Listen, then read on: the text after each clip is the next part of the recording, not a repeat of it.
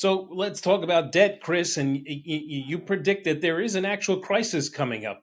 We've talked about this before about the U.S. not being able to pay back their debt at some point. You don't know, nobody knows when that'll be, but we just talked about it. We have to refinance some debt at a higher interest rate, causing more debt. And you predict there could be a crisis at some point.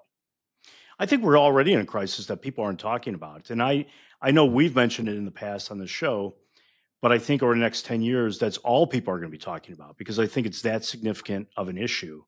I mentioned we have over 36 trillion in debt relative to 4.9 that was taken in a fiscal year last year for US government.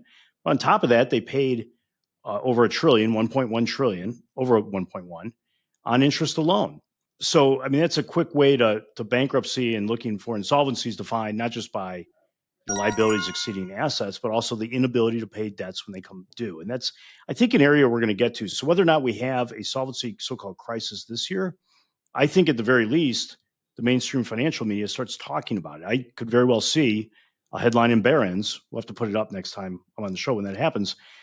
Solvency crisis or something to that effect, a ticking time bomb with debt. That is inevitable and it's coming down sooner than I think people realize.